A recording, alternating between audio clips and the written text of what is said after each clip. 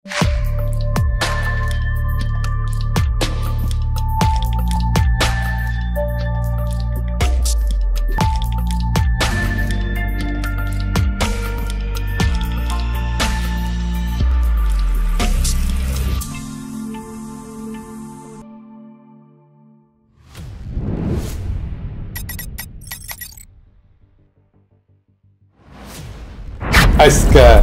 বাঙ্গু প্রগতিশীলদের চেতনার দিকে একটা মহা অস্ত্র নিক্ষেপ করবো। এর ফলে বাঙ্গু প্রগতিশীলদের মুখোশ চূড়ান্ত ভাবে খসে পড়বে আর তাদের পুচ্ছে আগুন জ্বলা যাবে। তাদের প্রগতিশীল প্রতারণা আর ভণ্ডামি ভরা বয়ানের চেতনা এই বিল্ডিং এর মতো ধইসা পড়বে। আগের 2 এপিসোডে আমরা 71 সাল নিয়ে আওয়ামী বাম বয়ানকে জয় বাংলা কইরা দিছি। প্রথম এপিসোডে আওয়ামী বাম বয়ানে পাকিস্তানের ভুয়া অর্থনৈতিক শোষণের ন্যারেটিভে জয় বাংলা করেছি। দ্বিতীয় এপিসোডে 25শে মার্চ 70-এর নির্বাচন এবং তার আগের পরের ঘটনাকে জয় বাংলা করে দিছি। আজকে আমরা আলোচনা করব বাঙ্গু চেতনার মূল সূতিকাগার ভাষা আন্দোলন নিয়ে এবং এর পিছনের আসল বাস্তবতা কি ছিল। আপনারাও বুঝবেন 7 জন্মের জাউরা আওয়ামী লীগ এবং বামেরা বাংলাদেশিদেরকে কি রকম উজবুক বানাইছে এই 50-55 বছর। এই এপিসোডের শেষ পর্যন্ত দেখলে আপনারা নিজেরাই তাজ্জব হইয়া যাবেন। তাদের প্রতারণার ভণ্ডামি দেখা আজকে আমরা 52 চেতনার বয়ানকে পুরাপুরি ধূলিসাৎ কইরা জয় বাংলা কইরা দেব। এর সাথে ভারত, আওয়ামী লীগ এবং বাম বয়ান আর তার চেতনার একচ্ছত্র আধিপত্য চিরতরে এই দেশ থেকে লোপ পাবে। চলেন আল্লাহর নামে শুরু করা যাক। প্রথমেই দেখব কি আছে সেই আওয়ামী বাম বয়ান। 1947 সালে পাকিস্তান রাষ্ট্রের আবির্ভাব হয়। তাকে মানে আওয়ামী বাম বাঙ্গু বয়ানে কয় আর কি। পাকিস্তান গঠন হওয়ার পরে পশ্চিম পাকিস্তানের শাসক গোষ্ঠী বিশেষ করে পাঞ্জাবিরা পূর্ব পাকিস্তানের বাঙালিদের উপরে তাদের ভাষা উর্দু জোর কইরা চাপাইয়া দিতে চাইছিল। পাকিস্তান আন্দোলনের প্রধান নেতা পাকিস্তানের প্রথম গভর্নর জেনারেল কায়েদে আজম মোহাম্মদ আলী জিন্নাহ ঢাকাতে এসে নাকি কইছিল Urdu and only Urdu shall be the state language of Pakistan. আর এটা শুনে নাকি সবাই না না করে চিক্কুর মাইরে উঠেছিল। আর তার মধ্যে ছিল নাকি সোহরাওয়ার্দীর বডিগার্ড। জিন্নাহ এই বক্তৃতা দেয় 2 জায়গায়। 21শে মার্চ রমনা রেস করছে বিশাল জনসভায় এবং সেই বক্তব্য কোনো প্রতিবাদ হয় নাই, বরং উচ্ছ্বসিত হয়েছিল জনগণ। উনি কইছিলেন ইংরেজিতে কইছিলেন। কি কইছিলেন নিজেরাই শুনেন। Leave no doubt that the state language of Pakistan is going to be Urdu and no other language.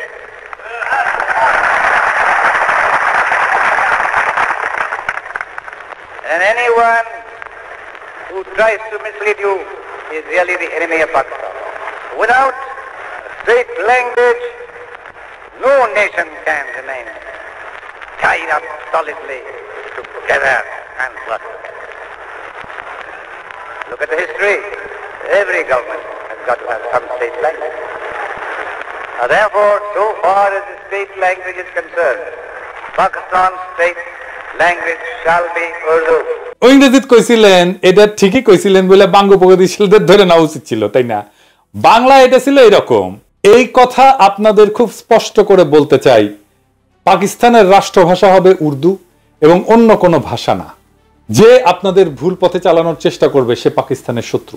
কিন্তু আপনি এটা কোথাও দেখবেন না। 24শে মার্চ কার্জন হলে তিনি একই রকম কথা বলছিলেন। শোনা যায় এইখানে বাঙ্গু প্রগতিশীলরা না না কইরা উঠেছিল। এটা একটা সিনেমাটিক প্রচার আছে, কিন্তু কোনো অরিজিনাল ফুটেজ এখনো পর্যন্ত কেউ দেখে নাই।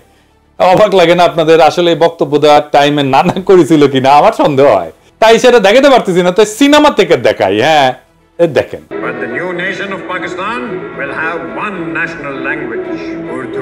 বাঙ্গু প্রগতিশীলরা কি কয়, কেন উর্দুকে পাকিস্তানের রাষ্ট্রভাষা করতে চাইছিল? তারা বলে বাঙালিরা যেন চিরকাল পাঞ্জাবিদের অধীনে থাকে, এর ফলে নাকি তাদের শোষণ করতে সুবিধা হবে। পাকিস্তানের শোষণের বয়ান আগের ভিডিও জয় বাংলা করেছি না এটা। এছাড়া তা কয় যে এটা হলো চাকরি শিক্ষা সব জায়গায় বাঙালিরা পিছায় পড়বে। সবচেয়ে ভয়াবহ ব্যাপার যেটা হবে সেটা হইতেছে বাঙালিরা নাকি নিজেদের মাতৃভাষা ভুলে যাবে। সে ভাষায় কথা বলতে পারবে না, মায়ের কোলে বসে ছড়া শুনতে পারবে না। আর এই বয়ান নিয়ে বাঙ্গু প্রগতিশীলরা অনেকগুলো গান লিখেছে, তার মধ্যে অন্যতম বিখ্যাত গান হইতেছে ওরা আমার মুখের ভাষা কাইরা নিতে চায়, তারা কথায় কথায় শিকল পরায় মোদের হাতে পায়। কি অদ্ভুত একটা গান। প্রত্যেক 21শে ফেব্রুয়ারিতে বিভিন্ন জায়গায় স্কুল কলেজে সাংস্কৃতিক প্রোগ্রামে গান বাজানো হয়। এই গান হইতেছে প্রগতিশীলদের কাছে অনেকটা সোহরাওয়ার্দীর বডিগার্ডের 7ই মার্চের ভাষণের মতো। এই গান না বাজাইলে তাদের চেতনা পরিপূর্ণ হয় না। এবার আসেন এই গান আমরা বিশ্লেষণ করি, একে একে চোখে আঙুল দিয়ে দেখাই দিই, পুরা বাঙ্গবয়ানকে জয় বাংলা করবো আজকে ইনশাল্লাহ। সবার প্রথমে যে কথা উঠে আসে সেটা হইলো ওরা আমার মুখের ভাষা কাইরে নিতে চায়। এটা তো সম্পূর্ণ মিথ্যা বানাওয়াটমূলক একটা অপপ্রচার। এখানে ওরা বলতে পশ্চিমা শাসক গোষ্ঠী অথবা পাঞ্জাবিদেরকে বোঝানো হয়েছে, তাই না? প্রথম পয়েন্ট হইতেছে কায়েদ আজম জিন্নাহ যে ঘোষণা দিছিলেন সেটা হইতেছে পাকিস্তানের সংবিধানে অফিসিয়াল ভাষা বা স্টেট ল্যাঙ্গুয়েজ কি হবে, রাষ্ট্রভাষা কি হবে, রাষ্ট্রভাষা কি হবে। কারণ মাতৃভাষা নিয়ে সেই ভাষণে কোনো আলোচনা হয় নাই, তাই না? মাতৃভাষার অফিসিয়াল ল্যাঙ্গুয়েজ দুইটা ভিন্ন জিনিস। জিন্নাহ এবং পাকিস্তানের আবির্ভাবে মুখ্য ভূমিকা পালনকারী দল মুসলিম লীগ উর্দুকে পাকিস্তানের অফিসিয়াল ল্যাঙ্গুয়েজ, স্টেট ল্যাঙ্গুয়েজ আর আন্তঃপ্রদেশ যোগাযোগকারী ভাষা যেটাকে ইংরেজিতে লিঙ্গুয়া ফ্রাঙ্কা বলে সেটা করার সিদ্ধান্ত নিয়েছিল। এবং এই সিদ্ধান্ত যখন না হয়েছিল তখন মুসলিম লীগ করে শেখ মুজিব নিজেও। কেন উর্দুকে লিঙ্গুয়া ফ্রাঙ্কা আর অফিসিয়াল ল্যাঙ্গুয়েজ করার সিদ্ধান্ত নেয় সে আলাপে পরে আসতেছি, তবে আগে দেখি অফিসিয়াল বা স্টেট ল্যাঙ্গুয়েজ কি। অফিসিয়াল ল্যাঙ্গুয়েজ হলো একটা রাষ্ট্রের সরকারি দপ্তরে আদালতে যে নথিপত্র, কাগজ, রাষ্ট্রীয় আর্কাইভ, চিঠি লেখা আর সংরক্ষণ করা হয় সেইটাকে রাষ্ট্রের অফিসিয়াল বা স্টেট ল্যাঙ্গুয়েজ বলে। আর লিঙ্গুয়া ফ্রাঙ্কা কাকে বলে? লিঙ্গুয়া ফ্রাঙ্কা হইতেছে দেশের বিভিন্ন ভাষাভাষী মানুষের মধ্যে যোগাযোগের কমন মাধ্যম বা মিডিয়াম। একটা দেশে বিভিন্ন ভাষার মানুষ বাস করতে পারে, যেমন ধরেন সোভিয়েত ইউনিয়ন বহু জাতি বাস করত, Russian, Ukrainian, Georgian, Armenian, Kazakh, Tajik, Bashkir, Turkmen, Latvian, এরকম 15টা ভাষা গোষ্ঠী ছিল, বড় বড় ভাষা গোষ্ঠী। এর প্রত্যেকটা এখন আলাদা আলাদা দেশ হয়ে গেছে এবং আরো শত শত ক্ষুদ্র ভাষা গোষ্ঠীর মানুষ ছিল সোভিয়েত ইউনিয়নে। তো এদের মধ্যে লিঙ্গুয়া ফ্রাঙ্কা ছিল রাশিয়ান, আর সোভিয়েত ইউনিয়নের অফিসিয়াল ভাষাও ছিল রাশিয়ান। তো বাঙ্গ প্রগতিশীলদের ভারত মাতা তো এক গাদা জাতিগোষ্ঠী আছে না, তো ভারত মাতার ব্যাপারে আসতেছি। কারণ আসল কথা হইতেছে অফিসিয়াল ল্যাঙ্গুয়েজের সাথে নিজের মাতৃভাষা একটা এলাকার কথ্য ভাষা বিলুপ্ত হয়ে যাওয়ার কোনো সম্পর্কই নাই, থাকতে পারে না। এটা খুব অদ্ভুত এবং স্থূল একটা দাবি, নিতান্তই হাস্যকর। কিরকম হাস্যকর দেখবেন, আমাকে বাংলাদেশের উদাহরণ দিয়ে শুরু করি।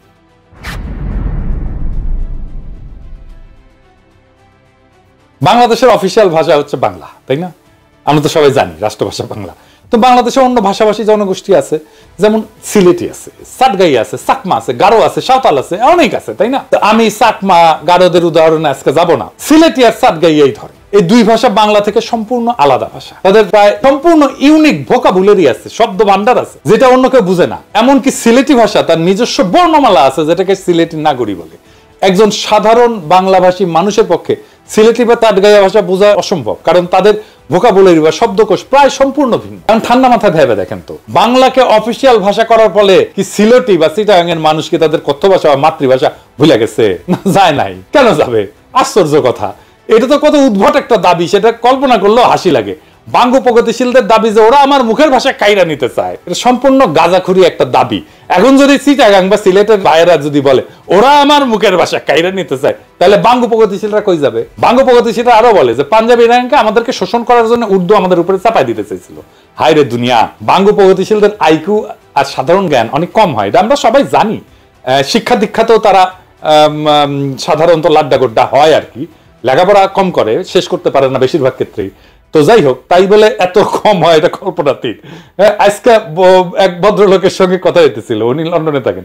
তো ওনারে কইলাম যে এই বাঙ্গ প্রগতিশীলদের এত আপনারা পাত্তা দেন, বলেন তো দুনিয়ার কোন দেশে, বড় শহরে, কোন শহরে একজন সো কল্ড বাঙ্গ প্রগতিশীল, একজন সাকসেসফুল প্রফেশনাল, ভালো চাকরি বাকরি করে, প্রফেশনালি এক্সট্রিমলি সাকসেসফুল, সমাজের মানুষ তাকে চেনে, নোটিস করে, মানে সমাজে তার প্রভাব আছে? নাই। দুনিয়ায় যে কোনো বড় শহরে, ধরেন London, Paris, new York, Geneva, Sydney, কোথাও পাবেন না। বাম সেকুলার আওয়ামী লীগ এগুলো কোথাও পাবেন না। আহম্মকের দল এটাই জানে না যে পাঞ্জাবিদের নিজেদের মাতৃভাষা বা কথ্য ভাষা উর্দু না, তাদের কথ্য ভাষা হচ্ছে পাঞ্জাবি। পাঞ্জাবি ভাষা হিন্দুস্তানি বা উর্দু থেকে সম্পূর্ণ আলাদা একটা ভাষা।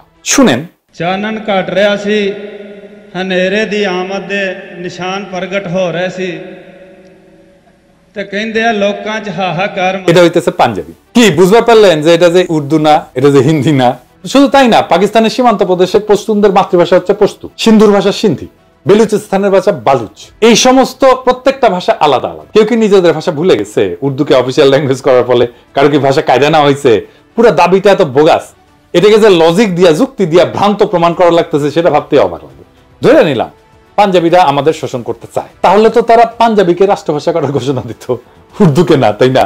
জিন্নার জন্ম সিন্ধুর করাচি শহরে, উনার দাদা গুজরাটের অধিবাসী, তাদের কথ্য ভাষা গুজরাটি ছিল। মোহাম্মদ আলী জিন্নাকে ছোটবেলাতে ইংল্যান্ডে চলে যাওয়ার ফলে ইংলিশে বেশি স্বাচ্ছন্দ্য বোধ করতেন উনি, সেই ভাষাতেই কথা বলতেন। ধরে নিলাম যে উনার নিজের ভাষা আমাদের উপরে চাপাই দিতে চাইতেছিলেন, তাই যদি হইতো তাহলে উনি গুজরাটিকে পাকিস্তানের একমাত্র রাষ্ট্রভাষা করার ঘোষণা করতেন, উর্দুকে না, তাই না? জেনারেল আইয়ুব খান উনি সীমান্ত প্রদেশের মানুষ ছিলেন, জন্ম সীমান্ত প্রদেশের হরিপুর জেলা রেহানা নামের একটা গ্রামে। তো আপনার রেহানা নাম শোনেন না, এটা কিন্তু এই গ্রাম থেকে আসছে। ওনাদের মাতৃভাষা অন্য পাঠানদের পশতুদের চেয়ে আলাদা ছিল।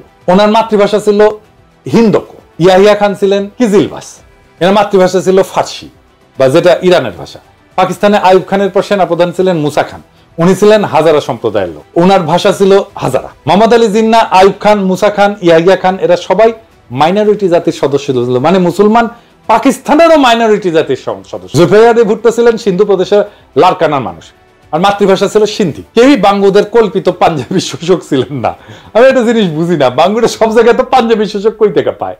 আরে সামারগিরি করে ভুয়া বয়ান বানাবু, জাইনা শুনে গোজা মিল দিয়া বানা, এর গোজা দেয় কিন্তু মিলে না। এরপর আবার বালসুনের মতো লেজে গবরে একখান বয়ান বানায়, জাতিকে সেটা গিলায় আজীবন তাদের অন্ধ করে রাখার স্বপ্ন দেখি। 47 থেকে 71 পর্যন্ত পাকিস্তানে যতগুলা প্রধান বিচারপতি ছিল, একজনের মাতৃভাষা উর্দু ছিল না, সবাই 5 জন ছিল মোট, এর মধ্যে 2 জন ছিল বাঙালি।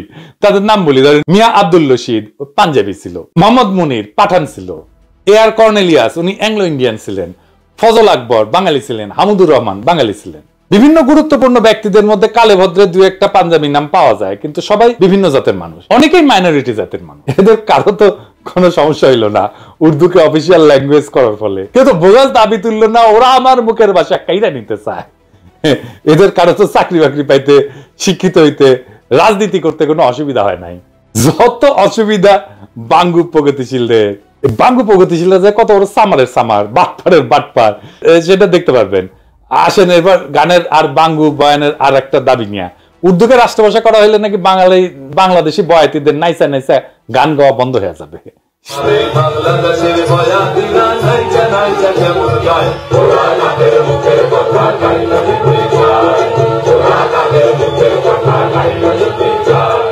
শুধু তাই না, সোহরাওয়ার্দীর বডিগার্ড তার বইতে কি লিখেছে, গায়ক আব্বাস উদ্দিন তারে কি কয় দেখেন।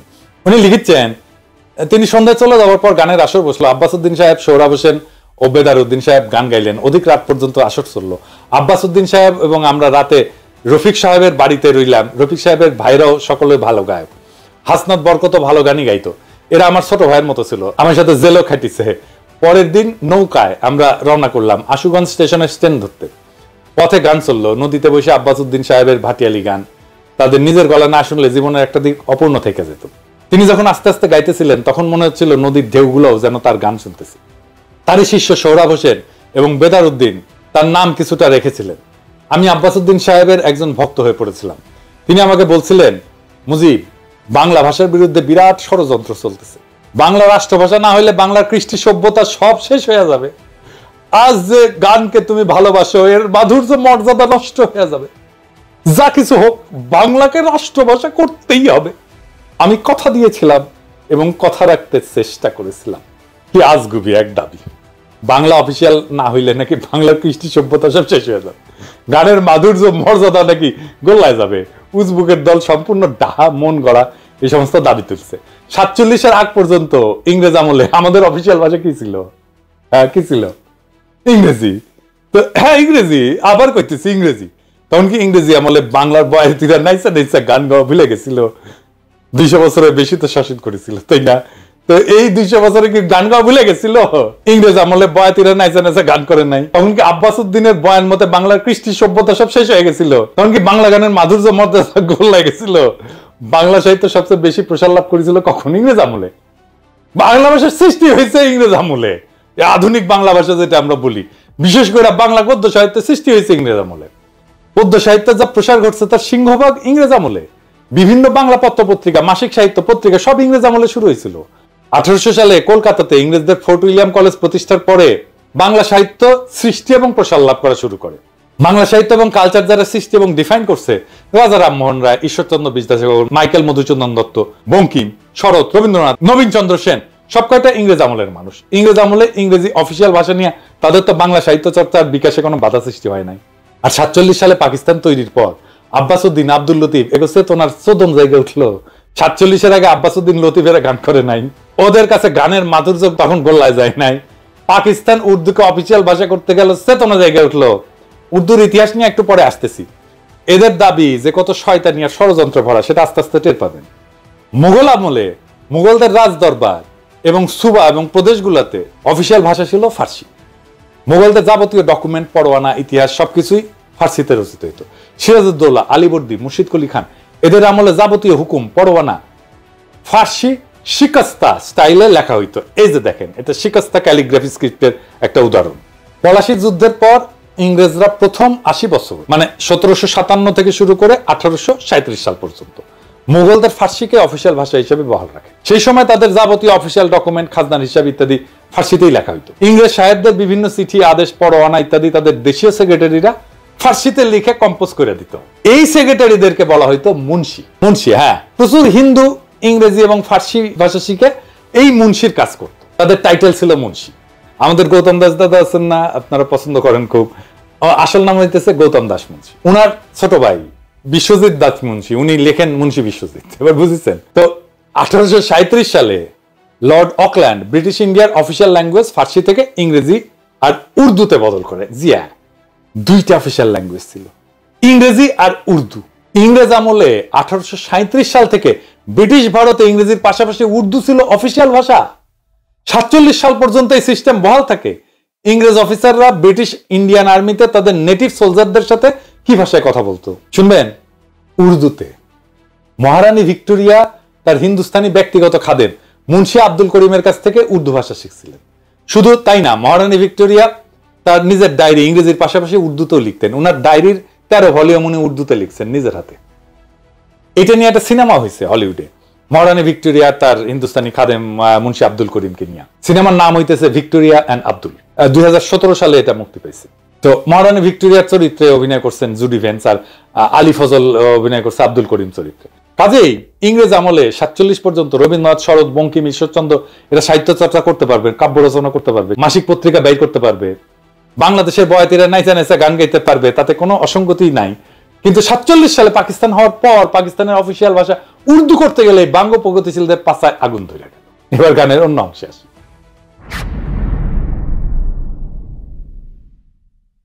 আর কথা মনে কইরা রাখি কইরা যায় কোন পাড়ায় লাগাই তোদের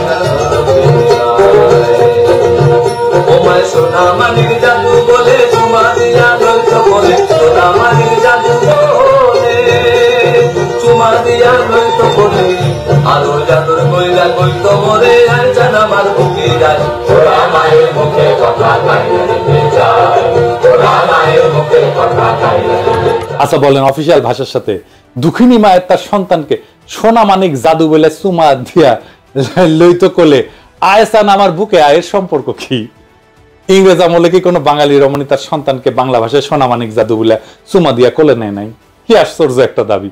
বাঙ্গ প্রগতিশীলরা আবার এর মধ্যে দুঃখিনী মায়ের ঢুকেছে। কত বড় বাটপারেরা।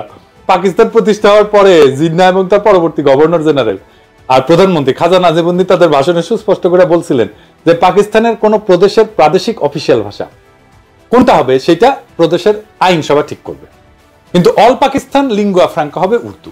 আগেই বলছি, পাকিস্তানে বহু ভাষার মানুষ বাস করত, পাঞ্জাবি, বাঙালি, পাঠান, বালুচ, হাজরা, সিন্ধি, কিজিলবাস। এদের সবার আন্তঃযোগাযোগ বা ইন্টার কমিউনিকেশনের জন্য উর্দু ছিল সবচেয়ে মোক্ষম ভাষা, কারণ এরা সবাই উর্দু জানতো। মানে ধরেন হাজরা সম্প্রদায়ের মানুষ বাংলা জানে না তো, বেলুচরা বাংলা জানে না তো, তাহলে রাষ্ট্রভাষা যদি বাংলা করে তাহলে কেমনে হবে বলেন তো? উর্দু শব্দটা আসছে তুর্কি ভাষা থেকে। মূল তুর্কি শব্দটা ছিল অর্দু, যার অর্থ হচ্ছে সেনাবাহিনী বা সামরিক শিবির বা ক্যাম্প। এই অর্দু শব্দটা পরবর্তীতে ফার্সি, তারপরে উর্দুতে এসে দাঁড়ায় জাবানি উর্দু, অর্থাৎ সেনাবাহিনীর ভাষা। এই উর্দু থেকেই উর্দি মানে সেনাবাহিনীর পোশাক শব্দটা আসছে। কেন উর্দু? এর জন্য অল্প একটু ইতিহাস বলি, শোনেন, ভালো লাগবে আপনাদের।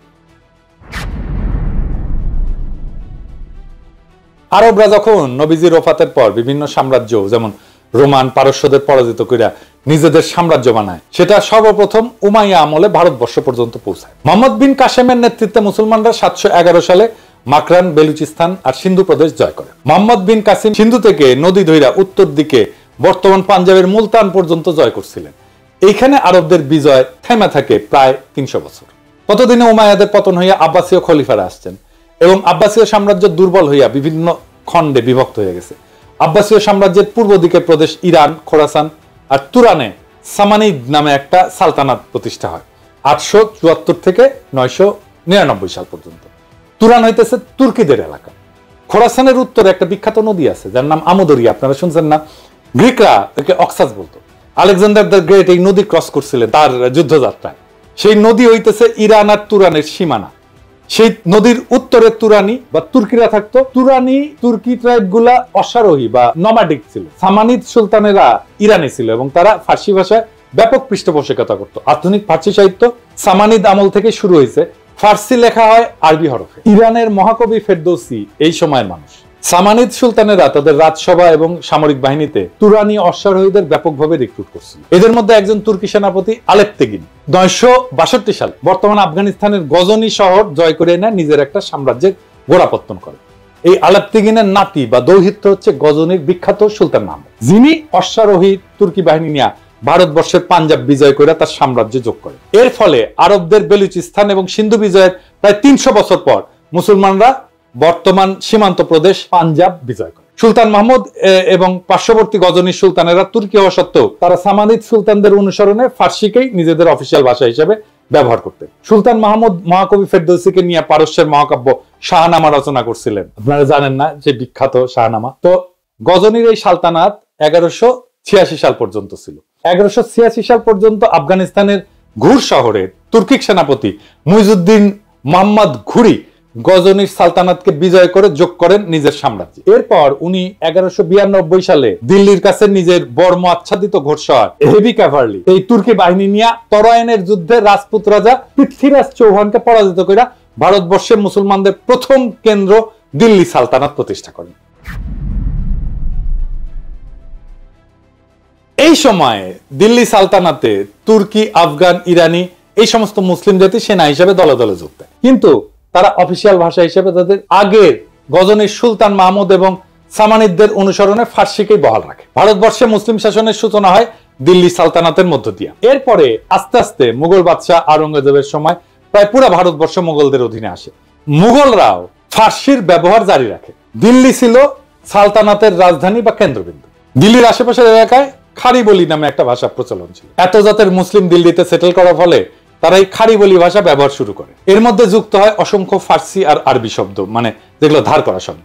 আমাদের বাংলাতে অসংখ্য ধার করা শব্দ আছে। খারবলি আর ফার্সি এই দুইটা মিলে তৈরি হয় উর্দু ভাষা। একে হিন্দুস্তানি ভাষাও বলা হয়, কারণ এটার উৎপত্তি হিন্দুস্তানে দিল্লি সালতানাতের সময়। দিল্লি সালতানাতের আমলে 1300 শতকে বিখ্যাত কবি আমির খসরু, যাকে ভারতের তোতাপাখি বলা হয়, উনি এই উর্দু ভাষায় সাহিত্য রচনা করেন এবং তাকে উর্দু সাহিত্যের জনক বলা হয়। এই উর্দু ভাষাকে ফার্সি আরবি হরফেই লেখা হতো স্বাভাবিকভাবেই, কারণ যারা শিক্ষিত, যারা এই সাহিত্য রচনা করতেন, তারা অলরেডি সেই হরফের রাষ্ট্রীয় কাজে ফার্সিতে ব্যবহার করতেন। এখন হিন্দুস্তানে বিভিন্ন জাতের মুসলমানদের সমাগম ঘটে। ইরানি, তুরানি, আফগান, পাঠান, তাজিক, উজবেক, হাজরা ইত্যাদি। ভারতবর্ষের মুসলমানদের সেনা সামরিতে এরকম অনেক জাতের ঘোড়সওয়ার সৈন্য সেনাপতির সমাগম হইতো। তারা এই হিন্দুস্তানি ভাষায় নিজেদের মধ্যে কমিউনিকেশন করতেন। এই জন্য এই ভাষার নাম হয়েছে উর্দু বা ক্যাম্প। বোঝা গেছে? মুঘল বাদশাহ জাহাঙ্গীর, শাহজাহান, আওরঙ্গজেব থেকে শুরু করে বাহাদুর শাহ জাফর পর্যন্ত সবার মাতৃভাষা ছিল উর্দু।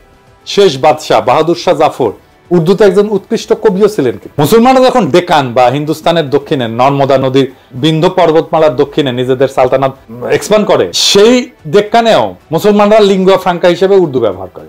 দক্ষিণের উর্দুতে তামিল, তেলেগু থেকে অনেকগুলো ধার করা শব্দ আছে, এই জন্য সেটাকে দক্ষিণী উর্দু বলা হয়। কিন্তু হায়দ্রাবাদের নিজামরা যাতে তুর্কি হইলেও তারা হায়দ্রাবাদে উর্দুতেই কথা বলতেন। এমনকি হায়দার আলী আর টিপু সুলতান সুদূর দক্ষিণে মহীশূর রাজ্যের পত্তন করলেও সেখানেও মুসলমানরা লিঙ্গুয়া ফ্রাঙ্কা হিসেবে উর্দু ব্যবহার করতেন। যেমন ভারতের তেলেঙ্গানা রাজ্য ডেকান বা দাক্ষিণাত্যের একটা রাজ্য। ডেকানের হিন্দুদের ভাষা উত্তর ভারত থেকে আলাদা। দক্ষিণ ভারতের হিন্দুরা উত্তর ভারতের হিন্দিতে কথা বলতে চায় না। তেলেঙ্গানার মূল আঞ্চলিক ভাষা তেলেগু। সেই তেলেঙ্গানার মুসলমানরাও উর্দুকে নিজেদের লিঙ্গুয়া ফ্রাঙ্কা হিসেবে ব্যবহার করে। এই যে দেখেন, তেলেঙ্গানার রাজধানী শহর হায়দ্রাবাদের এমপি আসাদুদ্দিন ওয়াইসি উর্দুতে বলা কথা আর ভাষণ। तरीके से उसको तरतीब दी गई कि अक्सरती तबके के लोग जीत जाएं और मुस्लिम अकलियत के लोग कामयाब होने में बड़ी मुश्किलात पेश आए। इसीलिए 2007 में सच्चर कमेटी ने कहा था, सिफारिशात में कहा कि अब जब हदबंदी होगी तो माकूल तरीके से बनाए जाए ताकि मुसलमान पार्लियामेंट और असेंबली के इलेक्शन जीत सके। পুরা উপমহাদেশে পাঠান, পাঞ্জাবি, সিন্ধি, উত্তরপ্রদেশ, হায়দ্রাবাদ, কর্ণাটক, দক্ষিণী সব জাতের মুসলমান উর্দুকে লিঙ্গুয়া ফ্রাঙ্কা হিসেবে ব্যবহার করে। কারো কারো মধ্যে কোনো কুরকুরানি কিন্তু হয় নাই। এক বিচিত্র উদ্ভট কারণে আওয়ামী ভারতীয় প্রোপাগান্ডায় বিশাল উপমহাদেশের বিভিন্ন জাতের মুসলমানদের মধ্যে শুধু পূর্ব বাংলার বাঙালিদেরকে উর্দুতে ঘৃণা করা শিখাইতে সক্ষম হয়েছে। কিন্তু হিন্দু আর্যদের সংস্কৃত ভাষা থেকে শব্দ নিয়ে উর্দু ভাষাকে হিন্দিতে রূপান্তর করার পর সেই হিন্দিকে আবার এইসব বাঙ্গ প্রগতিশীলদের কাছে জনপ্রিয় করছে। এই দেখেন আমগের ট্যাঙ্ক ড্যান্সার আজকাল পুলিশের ভ্যানে লাথি গুতা খাওয়া আসানুল লকিনু ক্যাঙ্গে করে হিন্দি করছে, শুনেন। 71 सन का मुक्ति युद्ध में पाकिस्तान हमका विरुद्ध था एवं पाकिस्तान हमका साथ लड़ाई किया था। उस टाइम से जमात इस्लामी एक आतंकवादी संगठन था जो मानुष को, आदमी को मार दिया, नारी को मार दिया।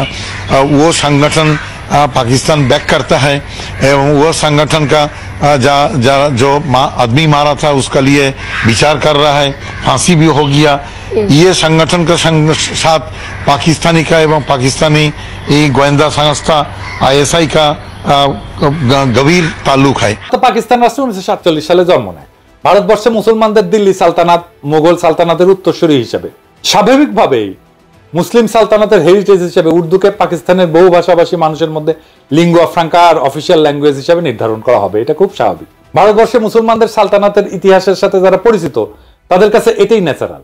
এর বিরোধিতা যে কত বড় ষড়যন্ত্র সেটা আপনারা একটু পরে দেখবেন, ষড়যন্ত্র কারা করছে সেটাও দেখবেন, তাজ্জব হয়ে যাবেন তাদের নির্লজ্জতা দেখে। আধুনিক হিন্দি ভাষার আবির্ভাব ঘটে 19 শতকের শেষে এবং 20 শতকে। অনেক হিন্দু উর্দু ভাষার কিছু ফার্সি আরবি ভোকাবুলারি আর ফার্সি হরফে নারাজ হয়। তারা এজিটেশন শুরু করে, উর্দু বা হিন্দুস্তানি ভাষাকে দেবনাগরী হরফে লেখার জন্য ভোকাবুলারিতে আরবি ফার্সির বদলে সংস্কৃত থেকে ধার করা শব্দ নিয়ে রিপ্লেস করা শুরু করে। এই ভাষার নাম দেওয়া হয় হিন্দি। এর ফলে আধুনিক হিন্দি ভাষার আবির্ভাব ঘটে। হিন্দু ভারতে শুধুমাত্র হিন্দিকে এই লিঙ্গুয়া ফ্রাঙ্কা বা অনলি ন্যাশনাল ল্যাঙ্গুয়েজ হিসেবে কেন্দ্রে অফিসিয়াল ল্যাঙ্গুয়েজ হিসেবে গণ্য করা হয়। ভারতের রাজ্য পর্যায়ে বিভিন্ন ভাষা ওই রাজ্যে অফিসিয়াল কাজে ব্যবহার করা হয়। পাকিস্তানে যে প্রস্তাব জিন্না করছিল এবং খাজা নাজিমুদ্দিন উভয় দিছিলেন, আগেই বলছি আপনাদেরকে, এটা আমার কথা না, এক এক করে আপনাদের রেফারেন্স দেখাচ্ছি। ভারতের সংবিধানে আর্টিকেল 343 দেখেন, স্পষ্ট ভাষায় লেখা আছে official language of the union shall be Hindi in Devanagari script. সাথে কিছুদিনের জন্য ইংরেজিকে রাখছে যতদিন না মানুষ হিন্দি শেখে। সারা ভারতে সেটা প্রচলিত হয়। এরপর ভারতের সুপ্রিম কোর্টের এই রায় দেখেন, ভারতের সুপ্রিম কোর্ট হিন্দিকে ন্যাশনাল ল্যাঙ্গুয়েজ হিসেবে রায় দিছে। রায় বলা আছে এইটা ইংরেজি যেহেতু কইছে ঠিকই কইছে, এটা বাংলায় করলে হয়। ভারত অনেক রকম মানুষের দেশ, এখানে হিন্দি জাতীয় ভাষা। তাই আশা করা হয় যে যেসব সাক্ষীকে আবেদনকারী মানে উত্তরপ্রদেশের ট্রাইব্যুনালে নিয়ে আসবেন তারা হিন্দিতে কথা বলতে পারবেন এবং নিজেদের কথা বুঝিয়ে বলতে পারবেন। এরপর সংবিধানের 351 আর্টিকেল দেখেন, স্পষ্টভাবে লেখা আছে ভারতের কেন্দ্রের দায়িত্ব হচ্ছে হিন্দি ভাষার প্রসার ঘটানো, সাথে হিন্দি ভোকাবুলারি ক্রমান্বয়ে সংস্কৃত থেকে ধার করা শব্দ দিয়ে প্রতিস্থাপন করা। কই, ভারতের পশ্চিমবঙ্গে তো বাঙালি বাস করে। বাংলা সাহিত্য, কালচার, সংস্কৃতি বলতে যা বুঝি সেটার গোড়াপত্যন্ত ঘটে পশ্চিমবঙ্গের হিন্দু ভদ্রলোক, ব্রাহ্মণ, কায়স্থ, বৈদ্য এদের হাতে। তারটা একটা টু শব্দ পর্যন্ত করলো না যে ভারতে তাদের মুখের ভাষা কাইরা নিতে হইতেছে। তাদের দুঃখিনী মায়ের কি হবে, সোনা মানিক বলে আর বুকে টাইনা নিতে পারবে না। হিন্দিকে ভারতের কেন্দ্রে অফিসিয়াল ল্যাঙ্গুয়েজ করার ফলে কি তারা বাংলা ভুলে গেছে? এখনই কি আপনারা বুঝতেছেন না পূর্ব বাংলার কৃষিজীবী মুসলমানদের বলদ আর উজবুক পেয়া কত বড় খেলা খেলছে ভারতীয় শহর আর তাদের দোসরেরা? এবার দেখেন আরো খেলা আপনাদের কিভাবে বলদা পাইয়া খেলছে, একটু দেখায়। বাঙ্গু প্রগতিশীলরা রবীন্দ্রনাথ কইতে কইতে অজ্ঞান হয়ে ক্যাট হয়ে পড়ে যায়। এই যে কয়েকদিন আগে সঞ্জিতা খাতুন মারা গেল, তার লাশের পাশে রবীন্দ্রসঙ্গীত গাইলো, ভিডিও দেখেন।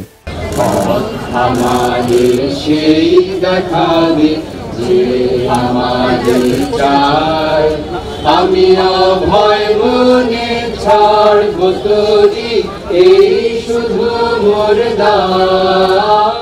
এখন আপনাকে আমি এই রবীন্দ্রনাথের একটা চিঠি পড়ে শোনাইতেছি, তাহলে বুঝবেন এই বাঙ্গু প্রগতিশীলদের ভারত মাতা, আওয়ামী লীগ আর বামেলামিরা কিরকম বলদ বানাইছে। The Mahatma and the poet এই নামে একটা বই আছে যেখানে রবীন্দ্রনাথ এবং গান্ধীর মধ্যে লেখা চিঠিপত্র সংকলন করা হয়েছে। এটা সংকলক সব্যসাচী ভট্টাচার্য আর এক ভট্টাচার্য। 21 জানুয়ারি 1918 বিহারের মতিহারি থেকে গান্ধী রবীন্দ্রনাথকে একটা চিঠি লেখে। এই পত্রে গান্ধী রবীন্দ্রনাথের মতামত জানতে চায় একটা বিষয়। বিষয়টা হইতেছে হিন্দিকে ভারতের একমাত্র জাতীয় ভাষা বা ন্যাশনাল ল্যাঙ্গুয়েজ করার ব্যাপারে, এই ভাষাকে আন্তঃপ্রদেশ যোগাযোগ এবং জাতীয় সমস্ত কমিউনিকেশনের ব্যাপারে চালু করা গান্ধীর প্রশ্ন ছিল এইরকম ইংরেজি, যে এটা কি ঠিক না যে হিন্দি একমাত্র সম্ভাব্য জাতীয় ভাষা এবং বিভিন্ন আন্তঃপ্রদেশের যোগাযোগের জন্য ভাষা হইতে পারে। চিঠির উত্তরে শান্তিনিকেতন থেকে 24শে জানুয়ারি 1918-তে রবীন্দ্রনাথ এই প্রস্তাবে সম্মতিসূচক মতামত দেন এবং হিন্দিকে ভারতের একমাত্র জাতীয় ভাষা যা আন্তঃপ্রদেশ যোগাযোগের জন্য উপযুক্ত বলে মতামত প্রদান করেন। তিনি স্পষ্ট বলছিলেন, হ্যাঁ, হিন্দি একমাত্র সম্ভাব্য জাতীয় ভাষা হইতে পারে ভারতের। আবার পড়ে শোনাচ্ছি, Hindi is the only possible national language in India. তবে এও বলেন, যেহেতু তাদের প্রজন্ম ইংরেজি শাসনের অধীনে বড় হয়েছে, ইংরেজি ভাষাতে নিজেদের মতামত আর্টিকুলেট করে হিন্দিকে সম্পূর্ণরূপে প্রচলন করতে আরেক জেনারেশন বড় হওয়া লাগবে। গান্ধী গুজরাটি, মাতৃভাষা গুজরাটি, এবং রবীন্দ্রনাথ বাঙালি, বিনা দ্বিধায় হিন্দিকে একমাত্র জাতীয় ভাষা হিসেবে মাইনে নিল। ভারত স্বাধীন হওয়ার পরে ভারতের সংবিধানেও হিন্দিকে একমাত্র অফিসিয়াল ভাষা হিসেবে ঢুকানো হইল এবং এর পাশে ইংরেজিকে রাখা হইল যতদিন নতুন প্রজন্ম হিন্দি না শিখে। যে বাঙ্গ প্রগতিশীলরা এত রবীন্দ্রনাথ করলে পাগল হইয়া যায়, কাইট হয়ে পড়ে যায়, সে রবীন্দ্রনাথ নিজেই তো তার দেশ ভারতে হিন্দিকে সর্বভারতীয় ভাষা হিসেবে প্রমোট করছে। এখানে বাঙ্গ প্রগতিশীলদের আইকন রবীন্দ্রনাথ তাহাউকে করে নাই যে সে তার মাতৃভাষা ভুলা যাবে। পশ্চিম বাংলার কোন কবি সাহিত্যিক তো এটা একটা টু শব্দ করে নাই, যেহেতু রবীন্দ্রনাথ কইছে, ঠিকই কইছে। আর জিন্না একই কথা কইয়া ভিলেন হইয়া গেল বাঙ্গ প্রগতিশীলদের কাছে। এটা কত বড় সামার বাটপারের বাটপার দেখেছেন। ভারতের কেন্দ্রে, সচিবালয়, আদালতে, আর্মিতে সব জায়গায় অফিসিয়াল ভাষা হচ্ছে হিন্দি বা ইংলিশ। সব ফাইলপত্র, যোগাযোগ, চিঠি আদান প্রদান হিন্দি অথবা ইংলিশে করা লাগে। ভারতের পার্লামেন্টে কথা বলতে গেলে হিন্দি বা ইংলিশ ব্যবহার করতে হয়। পার্লামেন্টের মেম্বার, রাজনীতিবিদ যদি বকলম বা মূর্খ হয় তাহলে স্পিকারের বিশেষ অনুমতি নিয়ে অন্য ভাষায় বক্তৃতা দিতে পারে, যদিও সেই বক্তব্য কেউ শুনে না। এই যে দেখেন, পশ্চিমবঙ্গের লোকসভার একজন সদস্য অভিষেক ব্যানার্জি ডায়মন্ড হারবার 24 পরগনা আসনের এমপি, লোকসভায় হিন্দিতে কথা হচ্ছে। দেখেন, खबर रखिए और कुर्सी का पीटी बांध लीजिए, मौसम बिगड़ने वाला है। आप डायरेक्शन देंगी ये मुझे? पश्चिम बंगाल के चीफ मिनिस्टर ममता बनर्जी सदन के सदस्य है, नहीं है? तो उन्होंने क्यों टिप्पणी किया? বাঙ্গু প্রগতিশীলরা তো ভারত মাতা শুইয়া কায়েত, এরা কিন্তু ভারত মাতার বিরুদ্ধে একটা টু শব্দ করবে না। আপনাদের কি আসলে বিশ্বাস হয় যেই সব 7 জন্মের জাউরাজ, আওয়ামী লীগ, সিপিবি, বামপন্থী বুদ্ধিজীবী সাহিত্যিক যেমন শাহরিয়ার কবির, কমিউনিস্ট মুনির চৌধুরী, যারা ভাষা আন্দোলন নিয়ে লাফাইছে, তারা কি এইটার জবাব দিতে পারবে যে যদি 47-এর দেশভাগ না হইয়া আমরা যদি অখণ্ড ভারতের অংশ হইতাম তাহলে কেন্দ্রে অফিসিয়াল ভাষা কি হইতো? হিন্দি হইতো তো, তাই না? তো তারা কি হিন্দি ব্যবহারের বিরুদ্ধে একটা টু শব্দ করতো? তারা তো তাদের গুরুদেব রবীন্দ্রনাথের আদেশ দেখে কাইট হয়ে পড়ে যেত। আসলে ওদের সবসময় উদ্দেশ্য ছিল ভারত মাতার এজেন্ডা বাস্তবায়ন করা। আমাদের আগের 2টা এপিসোডে দেখাইছি, এপিসোডের মাধ্যমে সেটা আবার স্বতঃসিদ্ধভাবে প্রমাণ করলাম আপনাদের সামনে আরেকবার। এরা সব সময় এই ভূখণ্ডের মুসলমানদেরকে দুর্বল করে রাখতে চাইছে, এখনো সেটার জন্য আপ্রাণ চেষ্টা করে যাচ্ছে। সেই জন্য প্রথম থেকে ষড়যন্ত্র করে তাদের দেশীয় লেসপেন্সারদের মাধ্যমে এই সমস্ত ভুয়া বয়ান তৈরি করে বিলি করেছে। পাকিস্তান তৈরি হওয়ার পর থেকে এদের উদ্দেশ্য ছিল উপমহাদেশের মুসলমানদের মধ্যে যাতে বন্ধন না থাকে, একতা না থাকে, মুসলমানরা যাতে কোনোভাবে এক দেশে বসবাস না করে। মুসলমানরা যদি একতাবদ্ধ শক্তিশালী থাকে তাহলে তো ভারত মাতার বিশাল বিপদ সামনে, তারা তাদের অখণ্ড ভারত পুনরুদ্ধারের স্বপ্ন বাস্তবায়ন করতে পারবে না। এই জন্যই ভারত নিজে হিন্দিকে নিজের অফিসিয়াল ল্যাঙ্গুয়েজ বানায় পূর্ব বাংলার মুসলমানদেরকে উজবুক বানাইছে তাদের দেশীয় দোসরের মাধ্যমে। এখনো খেয়াল করলে দেখবেন ইউটিউবে বা ফেসবুকে পশ্চিমবঙ্গের বাঙালিরা এসে এই ব্যাপারে উস্কানি দেয়। যখন কোনো উর্দু গানে বা পাকিস্তানের কোনো কিছুতে বাংলাদেশি কেউ লাভ দেয়, লাইক দেয় বা কোনো একটা কমেন্ট করে, এইসব পশ্চিমবঙ্গের বাটপাট সামাররা এসে কয় তোদের ভাষা উর্দু নাকি? কত বড় সামারেরা! তখন এরা ওপার বাংলা থেকে ভাষা আন্দোলনে ব্যাপকভাবে উস্কানি দিছিল, প্রোপাগান্ডা চালাইছিল। এদের প্রোপাগান্ডা কি জিনিস সেটা সবাই আজকে ভালোভাবে বুঝছেন। দেখেন, আপনাকে মৌলিক যখন কেন্দ্রে যায়, মোদির সাক্ষাৎকার নেয়, তখন হিন্দিতে কথা কয়।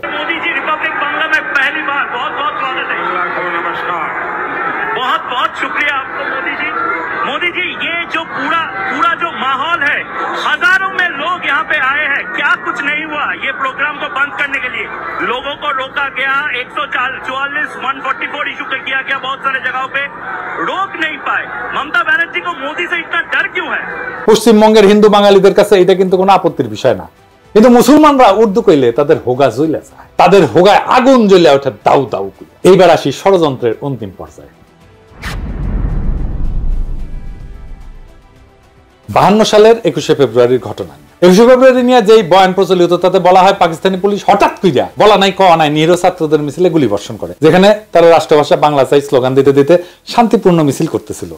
এর ফলে হতাহত হয় বেশ কিছু ছাত্র জনতা, কিন্তু বাস্তবতা ছিল সম্পূর্ণ বিপরীত। প্রথম পয়েন্ট হচ্ছে গুলি চালাইছিল প্রাদেশিক সরকার, কেন্দ্রীয় সরকার না। পুলিশ ছিল প্রাদেশিক সরকারের অধীনে এবং পূর্ব বাংলা পুলিশে বাঙালিরাই চাকরি করত। প্রাদেশিক সরকারও সম্পূর্ণভাবে বাঙালি ছিল। মুখ্যমন্ত্রী ছিল ময়মনসিংহের নুরুল আমিন, মন্ত্রিসভা ক্যাবিনেট ছিল 100% বাঙালি। দ্বিতীয় গুরুত্বপূর্ণ পয়েন্ট হইতেছে পুলিশ লাফায় এসে ছাত্রদের উপরে গুলি চালায় না। আওয়ামী লীগ এবং কমিউনিস্ট পার্টির ছাত্র সংগঠন অনেক উস্কানি দিয়াও কোনো পাল্টা সারা না পেয়ে একটা সিন ক্রিয়েট করার জন্য প্রাদেশিক আইনসভার দিকে হামলা করতে যায়। তখন প্রাদেশিক আইনসভা ছিল এখন যেটা বাংলা একাডেমি, ওইটা। সেদিন প্রাদেশিক আইনসভার সদস্যদের একটা মিটিং এর ডেট ছিল। সেখানে আওয়ামী বামেরা প্রাদেশিক আইনসভার সদস্যদেরকে আইনসভায় যোগ দিতে বাধা প্রদান করে শারীরিকভাবে, তাদের গাড়ি পর্যন্ত আটকায়। পুলিশ এসে তাদেরকে সরাই দিতে চায়, রাস্তা ক্লিয়ার করে দিতে চায়। তখন লীগের আর কমিউনিস্টদের ছাত্রকারা পুলিশের উপরে চড়াও হয়, পুলিশ লাঠিচার্জ করে। লীগের গুন্ডারা এরপরে পুলিশের দিকে ঢিল ইট পাটকেল ছড়া শুরু করে এবং পুলিশেরা আহত হয়। তো এই সমস্ত বামেরা কি ধরনের হয় দেখেছেন তো, পুলিশদেরকে কিভাবে আক্রমণ করে এবং তারপরে বলে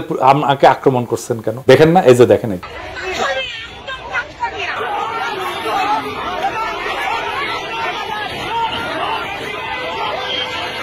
তখনকার পুলিশ তো আজকালকার মতো বডি আর্মার হেলমেট টেলমেট এগুলো ছিল না। পুলিশ খালি হাফ প্যান্ট পরতো, শার্ট আর একটা ক্যাপ পরে থাকে। এই অবস্থায় যদি ইট পুলিশের কপালে লাগে তাই তো মারাত্মক ব্যাপার। এই অবস্থায় পুলিশ পরিস্থিতি নিয়ন্ত্রণে প্রথমে টিয়ার গ্যাস ছোড়ে, এরপর পরিস্থিতি আরো অবনতি ঘটে, লীগ আর বামেরা আরো চড়াও হয়। এইভাবে পরিস্থিতির অবনতি ঘটতে থাকলে পুলিশ সর্বশেষে গুলি চালায়। এই গোলাগুলিতে 4 থেকে 5 জনের মতো নিহত হয়। এই ঘটনার আসল বিবরণ প্রখ্যাত সাহিত্যিক, সাংবাদিক, সেই সময় সবচেয়ে বড় পত্রিকা দৈনিক আজাদের সম্পাদক আবুল কালাম শামসুদ্দিনের আত্মজীবনী অতীত দিনের স্মৃতিতে আছে। এই ঘটনাকে বিকৃত করে লীগ আর বামেরা কি অপপ্রচার চালাইছে সেটা আপনারা এখন কল্পনা করেন। আমি আবুল কালাম শামসুদ্দিনের বই থেকে একটু পড়ে শুনি। অবস্থা চরমে উঠল 1952 সালের 21 ফেব্রুয়ারি মোতাবেক 1357 সালের 8ই ফাল্গুন তারিখে। সেদিন ঢাকার স্কুল কলেজগুলিতে হরতাল ঘোষণা করা হয়েছিল এবং এক বিরাট ছাত্র মিছিল আইন পরিষদ ভবনের সম্মুখে যাওয়ার চেষ্টা করেছিল 144 ধারার নিষেধাজ্ঞা অমান্য করে। শোনা যায় পরিষদের অধিবেশনে যোগদানের উদ্দেশ্যে গমনকারী কয়েকজন মোটরবাহী পরিষদ সদস্যকে নাকি ছাত্র মিছিলের তরফ থেকে পথে আটকাবার চেষ্টা করা হয়েছিল। এতেই গোলমাল পেকে ওঠে। পুলিশ বাধা দিতে চেষ্টা করে,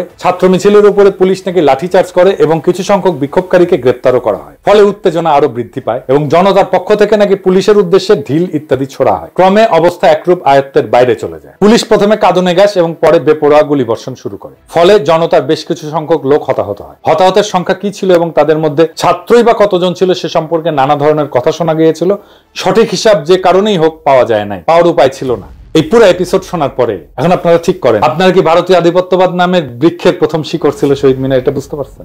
আওয়ামী লীগের তৈরি করা হুজুগে আবেগ বাদ দিলে শহীদ মিনার এবং এই সংক্রান্ত পুরো ন্যারেটিভ হচ্ছে ভারতীয় চক্রান্তের কাছে আমাদের পরাজয়ের সর্বপ্রথম ঘটনা। এইটাকে সেলিব্রেট করা আর পলাশী যুদ্ধের লর্ড টাইপের বিজয়কে সেলিব্রেট করা একই কথা। প্রিয় দর্শক, এতক্ষণ যা শুনলেন তা শুধু ইতিহাস না, এটা একটা চেতনার ময়ূরপুচ্ছ ছিঁড়ে ফেলার রক্তাক্ত ঘোষণাপত্র। বহুদিন ধরে আমরা ভাবছি 21 ফেব্রুয়ারি মানেই ভাষার জন্য আত্মাহুতি, কিন্তু কে লিখছিল সেই নাটকের চিত্রনাট্য, কে বসে বসে বানাইছিল সেই ট্র্যাজেডির আবহ? এটা কি মাতৃভাষার বিজয় ছিল, না এটা ছিল একটা সুচারু প্রতারণা? ভারতের প্রথম পেরেক ঠোকা আমাদের ভূখণ্ডের আত্মপরিচয়, আমাদের ঐতিহ্যে, আমাদের আত্মমর্যাদায়। ভাষার নামে চলা ষড়যন্ত্রের নোংরা স্ক্রিপ্ট আমরা আজকে ছিঁড়ে ছিঁড়ে ফেলে দিচ্ছি। আমরা সেই প্রজন্ম যারা আর হুজুগে শহীদ মিনারে খালি পায়ে শুধু গানই করতে যাব না, আমরা প্রশ্ন করব। আমরা সেই প্রজন্ম যারা জানে রাষ্ট্রভাষা আর মাতৃভাষার পার্থক্য কোথায়। আমরা সেই প্রজন্ম যারা ইতিহাসের ভাঙা পাথর গুড়ায় নতুন সত্যের মিনার গড়তে চায়। আজকে আমরা ঘোষণা করতেছি, চেতনার নামে চালানো ভারতীয় আধিপত্যের অপপ্রচার আর চলবে না। এই ইতিহাস যারা জানে না তারা আবেগে ভাসে, আর যারা জানে তারা বিদ্রোহে দাঁড়ায়। এটাই শেষ কথা। আজ চেতনার বেদীতে শ্রদ্ধা নয়, আত্ম অনুসন্ধান চাই। ইনকিলাব জিন্দাবাদ।